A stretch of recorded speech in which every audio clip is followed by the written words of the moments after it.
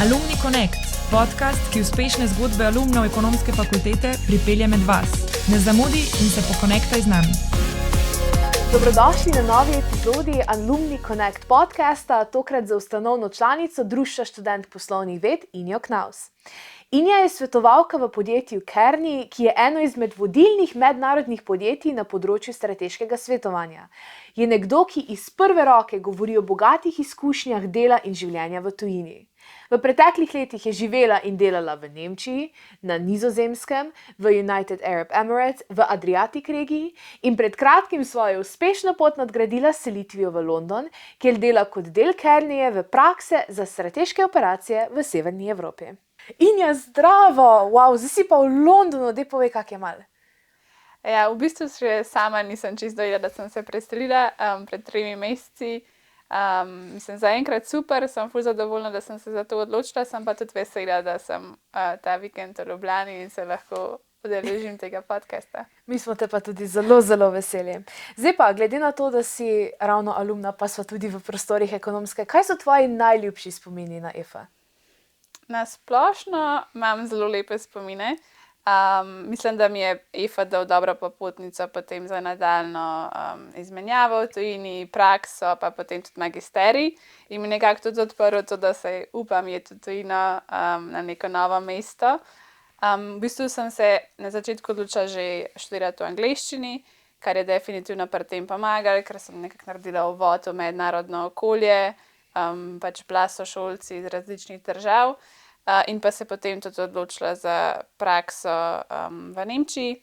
V bistvu zato, ker smo imeli takrat pogodbo za dvojno diplomo, sem se odločila, da se bom udeležila tega, kar je potem privedlo tudi do službe v Adidasu in pač potem pa tako naprej po tujini, po različnih državah. Odlično, super. In zdaj si bila na English tracku, ne? Na Ja. marketingu. Ja, študirala sem marketing. Mislim, v bistvu prej sem se odločila za faks, niti nisem čisto vedela, kaj bi, potem sem se pa zelo našla v tem. V bistvu na faksu sem spoznala tudi ekipo sošolk, ki smo potem skupaj ustanovili DŠPV, kar je pa tudi ena lepa zgodba iz faksa in tudi en zelo lep spomin. Ja, malo povej o začetku DŠPV-ja. Odkot ideja? V bistvu se ne spomnim več čisto dobro, kaj je bil tisti res sprožilni moment, da smo se to odločile. V bistvu smo s puncami, torej Patricijo, Petro, Evo pa Laro, v bistvu tudi veliko delali skupaj na projektih za faks, raznih seminarskih, potem smo se začeli udeleževati raznih case challengeov pa teh tekmovanj, ki se dogajajo. In na koncu je to preraslo v željo, da bi imeli nekaj svojega, nekaj večjega, v bistvu z nekako 2 cilji. Želeli smo izboljšati stvari, ki so nas recimo motile pri kakšnih študentskih zadevah, ki so bile organizirane, in pa drugi del je bil, da v bistvu naredimo neko društvo, ki bo delalo na povezovanju, mogoče bolj kot je ponavadi praksa v slovenskem okolju, kjer vsak dela na nekem svojem majhnem vrtičku. Mi smo pa želeli v bistvu pristopiti k stvari, tako da so v bistvu je to naša stvar, ki jo želimo zelo profesionalno speljati, hkrati pa biti zelo odprta tudi do tega, da sodelujemo in z drugimi društvi, potencialno z drugimi faksi oziroma pač, kjer zaznamo neke dobre priložnosti. Zdaj, tisti, ko slučajno ne veste, DŠPV je Društvo študentk poslovnih ved. In zdaj to društvo, katerega tudi v okviru snemamo, na tale podcast, ne samo v okviru Alumni EFA, eden izmed poslanstev društva tudi opolnomočiti študentke na EFA-ju, torej, a je bil to eden izmed primarnih ciljev, da se lahko v nekako organizaciji študent tudi druge študentke najdemo? Ja, mislim, to, da sem spoznala teh 4 punce, je bilo zame ful pomembno, ker smo v bistvu vse bile zelo ambiciozne, želeli smo nekaj več, vse smo med faksom tudi že delale. Tako da imeti ta network je tudi nekaj, ki ti res da dobro popotnico potem za naprej, ker in z vidika, iskanja nekega študentskega dela si lahko punce med sabo pomagamo. Pa recimo spomnim se takrat na začetku, je ena punca dobila neko neplačano prakso in smo potem vse recimo stopile skupaj, kako naj se zdaj ona spogaja in naredile business case, pač da ji dejansko plačajo za to prakso. Tako to so take stvari, recimo, ki se mi zdi, da so za ženske v nekem poslovnem svetu še toliko bolj pomembne. In s to skupino smo to v bistvu že na faksu nekako prakticirali, smo pa želeli potem medse tudi povabiti pač še več mladih, ambicioznih študentk in mislim, da se je DŠPV to zelo lepo razvil v to smer, da pač sem ful vesela, ker tudi vidim nove članice, pa se mogoče v takem kontekstu spoznamo, pač tudi nadaljujete to tradicijo in pač ena drugi tudi pomagate. No? Tako da to je ful lepo videti in sem vesela, da društvo nekako ohranja to, kljub temu, da me je aktivno že nekaj časa nismo več vključene. To pa verjamem. Zdaj, del društva je definitivno tudi tvoje mentorstvo. Torej, ti si mentorca bila in si tudi kar nekaj študentkam. Kako pa to izgleda? Zdaj, to je redkost, ne? Dan danes. Tako kot si prej omenila, ponavadi skrbimo za svoj vrtiček, ti pa pomagaš tudi ostalim. Na kakšen način? Moram reči, da je to tudi kar ena razlika med slovenskem okolju pa med izkušnjami, ki sem jih imela v tujini. No, se mi zdi, da tam je veliko več sodelovanja, tudi zato, ker se ljudje veliko bolj mešajo in pač prideš kot nov v neko okolje, moraš pač biti odprt do drugih ljudi, jih spoznati in tako. In potem, ker si tudi ti imel to izkušnjo, si mogoče bolj dovzeten za to, da pač, ko nekdo nov pride, ok, zdaj pa moram jaz njemu pomagati nekako nazaj. Ja, v bistvu v društvu smo začeli delati na tem. V bistvu in kot neka skupina, recimo vsako leto se dogovorimo za kakšno predavanje, pač mlade članice rečejo, zanima nas to, a pač imamo koga, ki bi lahko nam kaj nas o tem naučil. Pa smo, ne vem, s Patricijo smo vodili delavnico o javnem nastopanju, Karolina, ki je tudi ena izmed takih vidnih članic, je imela recimo o bontonu. Tako da na tak način v bistvu predajamo znanje puncam. Vsako leto pa potem tudi imam kakšno pač protko 1-na-1 mentoriranko, ker nas v bistvu takrat smo tako se organizirali, da so nas zbrali glede na to nekako, kaj si želijo početi naprej in pač jaz, ker imam toliko nekak izkušenj iz tujine, so potem recimo tiste, ki želijo študirati v tujini, pač me zbrali za mentorco in potem sem jim svetovala in ne vem, kakšen faks brati, kako se pripraviti, prijaviti in tako naprej. No, super. Zdaj, ti si se že med študijem odločila, da greš pa za 1 leto na izmenjavo v Nemčijo. Zdaj, kako je pa ravno ta izmenjava prerasla v študijsko prakso pri Adidasu? Ja, mislim, odločila sem se zato, ker je bila to dvojna diploma, zdaj se mi je, da je pač neka stvar, ki ni samo izmenjava, ampak je nekaj več od tega, čeprav potem te druge diplome nisem nikoli končala, ker sem bila že z mislimi druge in naprej v nadaljevanju študija. Del te dvojne diplome je bila pa takrat tudi ta študijska praksa, ki je v bistvu v Nemčiji zelo taka pogosta zadeva. V bistvu skoraj vsi študenti med dodiplomcem pa magisterijem pač grejo delati za recimo 1 leto in delajo prakse v različnih firmah.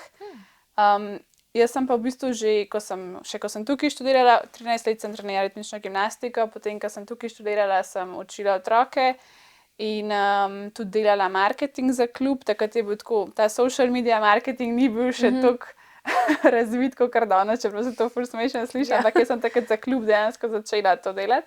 Super. Tako da je bil potem Adidas nekako tak perfect fit za izkušnje, ki sem jih jaz imela, pač zelo vključena v športu, marketing v športu in pač cel ta biznis, pač vidik iz faksa. Tako da sem bila ful vesela, da sem potem tudi dobila to službo in to je bil tudi nekako res ta preskok v res globalno mednarodno okolje. V Adidasu sem delala v market controllingu, ki je v bistvu pokrival nekako v bistvu controlling poslovanja po različnih trgih in sem bila dnevno na klicih s sodelavci iz Kitajske pa iz Amerike in pač to pol res vidiš nek nov nivo globalnega okolja, ki ga pač v Sloveniji imajo zelo težko. In da te je ta preskok v tako res mednarodno okolje, tako res ogromne znamke, kot je Adidas, a te je kaj prestrašilo? Kakšni so bili občutki na začetku? Zanimivo vprašanje.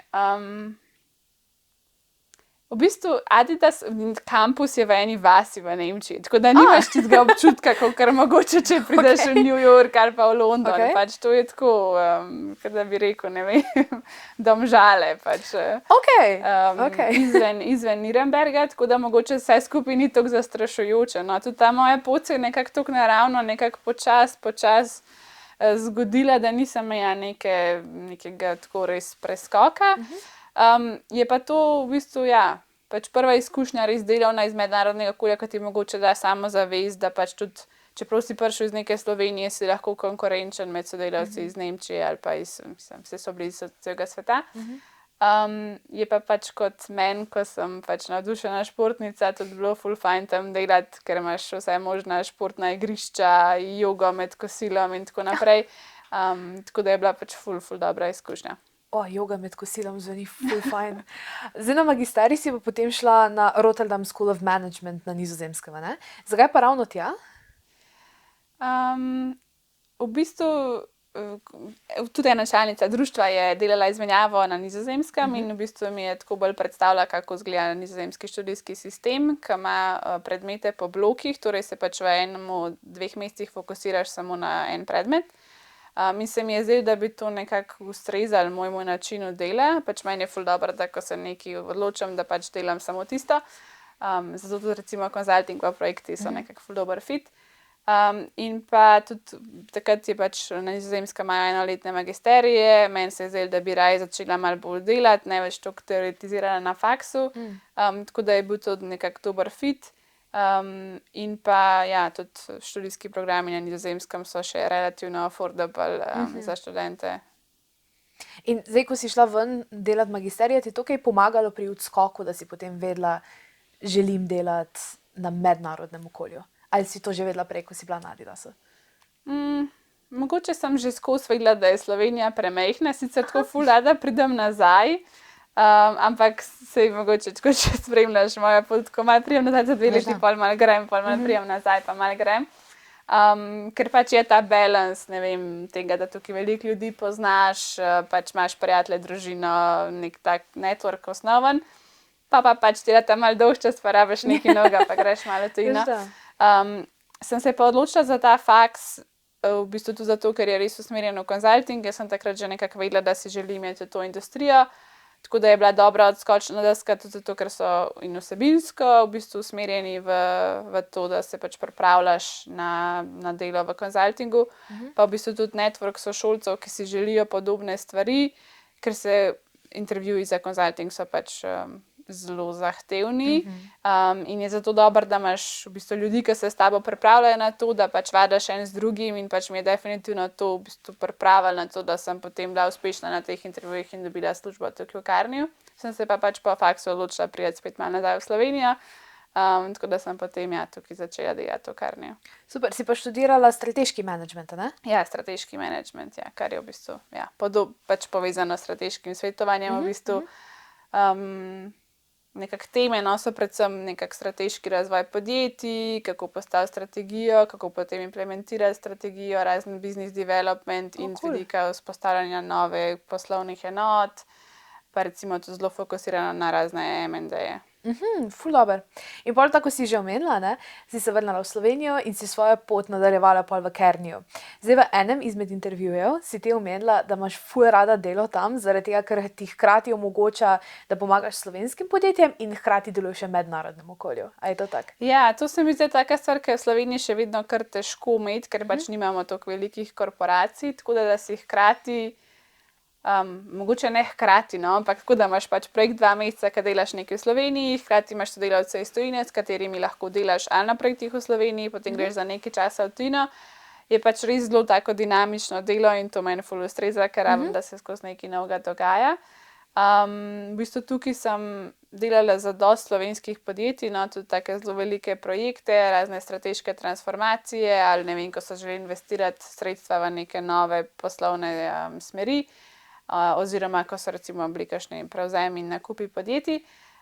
Potem sem pa v bistvu, delala sem v različnih industrijah, zdravstvu, dobrina široke potrošnje, energetiki, infrastrukturi in tako naprej.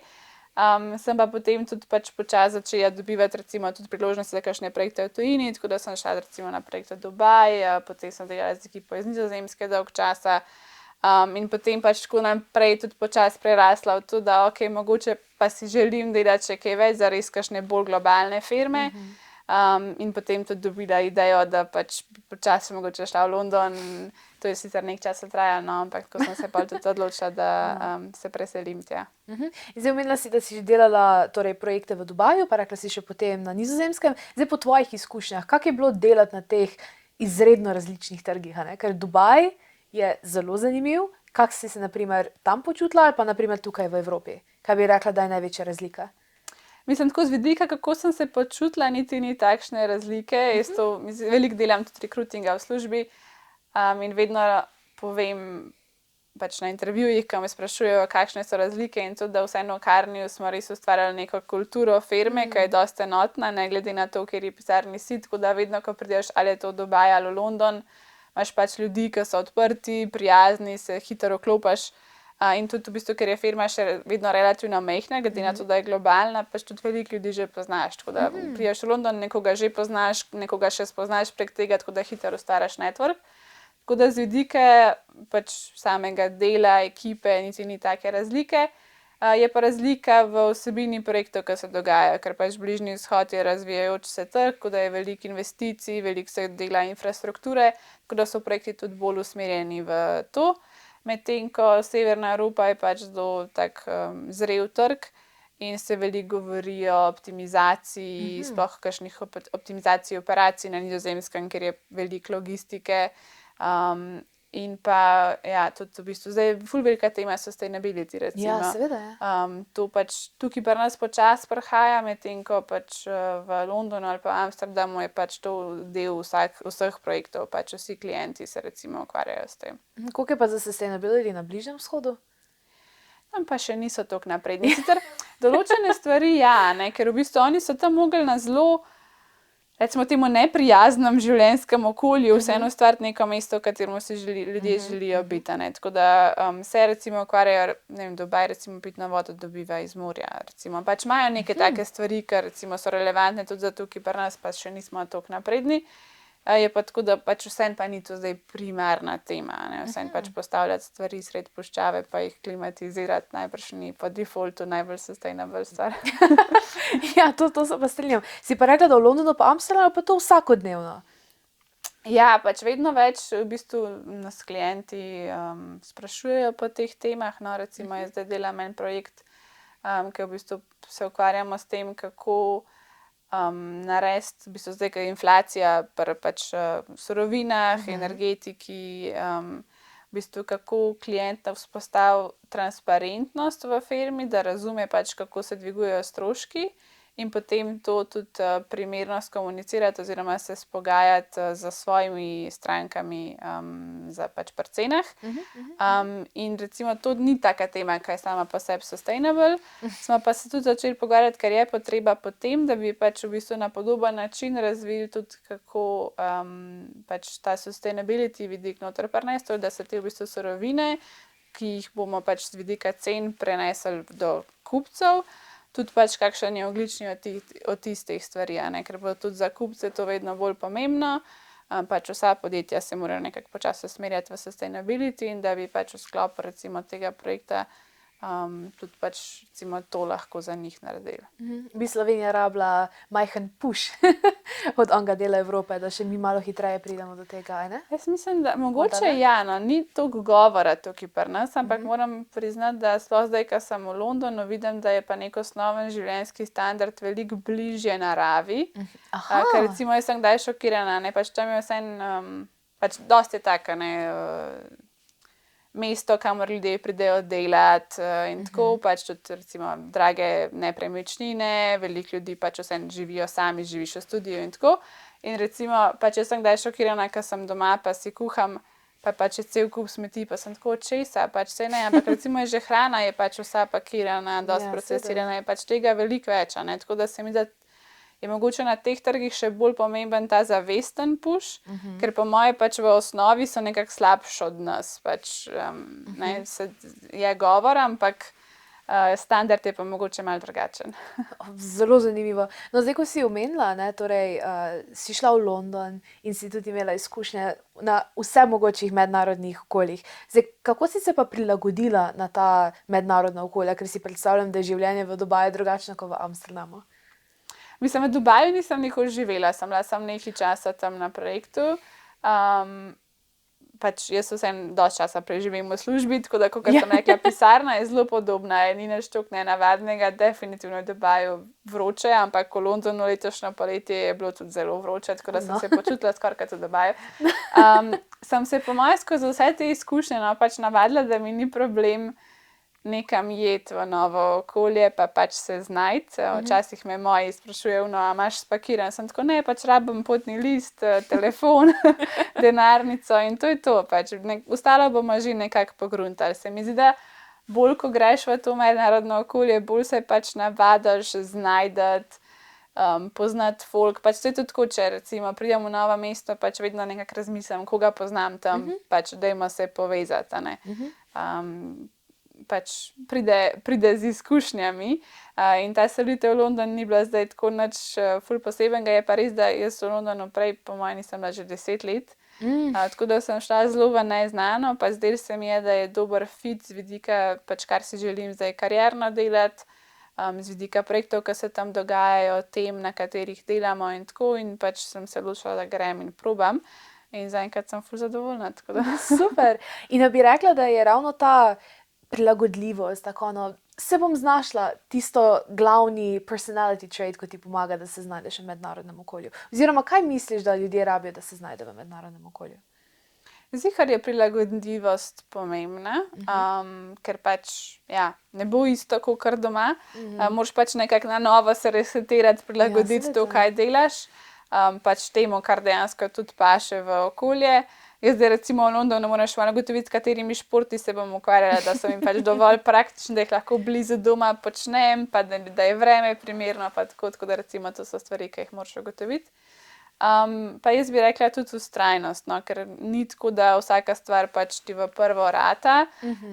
Tudi pač zato, da sem prišla do Londona, sem pač mogla kar nekaj časa recimo delati malo na mednarodnih projektih, spoznati ekipo, da so potem tudi pripravljeni sodelovati s tabo.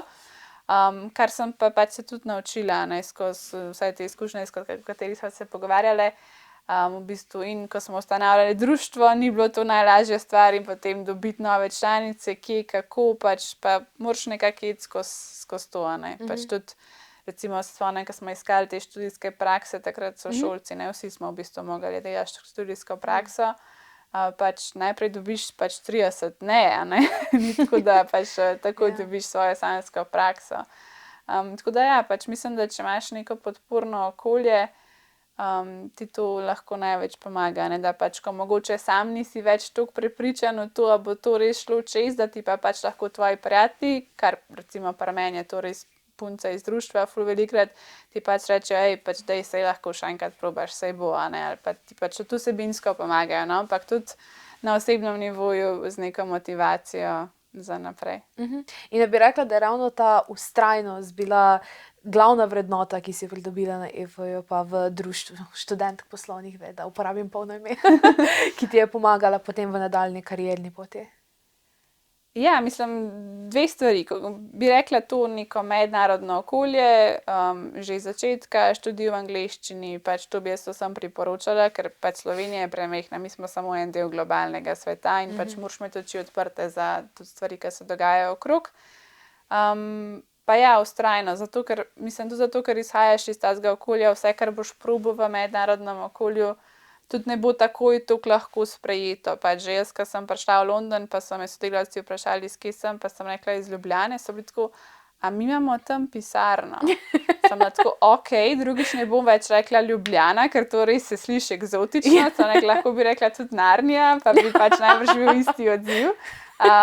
In pa sem začela govoriti, da sem iz Slovenije, pa je ratalo malo lažje. Tako da, mislim, vztrajnost, jo rabiš, no, ker pač ne ratajo vse stvari v prvo. V slovenskem okolju se lahko naučiš, zato ker tudi okolje je tako zahtevno, ni tako prijazno, bi rekla, tako da za vsako stvar, ki jo tukaj hočeš doseči, moraš dati kar veliko eforta, pa kar veliko vztrajnosti v njo. Je pa potem s tem pač s to popotnico veliko lažje tudi nekaj dobrega narediti. No, super. Zdaj pa mogoče še za na konec, kakšen bi bil tvoj nasvet za študente ekonomske fakultete? Bi rekla dve stvari. Eno je to, da pač res je pomemben network, no, in da čim prej ga začneš graditi, tem boljš. Tako da razna društva, jaz bi vsem priporočila, da se v društvo študentk poslovnih ved včlanijo. Yes, I second that motion. Pa tudi v kakšno drugo društvo, no? Ker pač to, da imaš res network, kakor sem rekla, ki te lahko, ko mogoče sam ne verjameš to kvase, pač spodbudi pa ti pomaga, je ful veliko vredno. Drug del pa mogoče, ker je bolj številka ena, no, ampak je pa to, da pač moraš tudi sam verjeti vase, a ne. Da pač ti najbolj veš, česa si zares sposoben in pač a je to tvoj maksimum ali pač imaš še rezervo. In pač na podlagi tega pač res iskati nove priložnosti in nekako biti odprt in pripravljen na to, da mogoče ne bo zdaj, ampak če imaš idejo, jaz bi šel enkrat v tujino, boš veliko bolj odprt za to, da tudi opaziš stvari, ki se pol zgodijo okrog tebe in te lahko pač pripeljejo bližje temu. Tako da priložnosti, network. No, super. Hvala ti, Inja. Hvala, Patricia.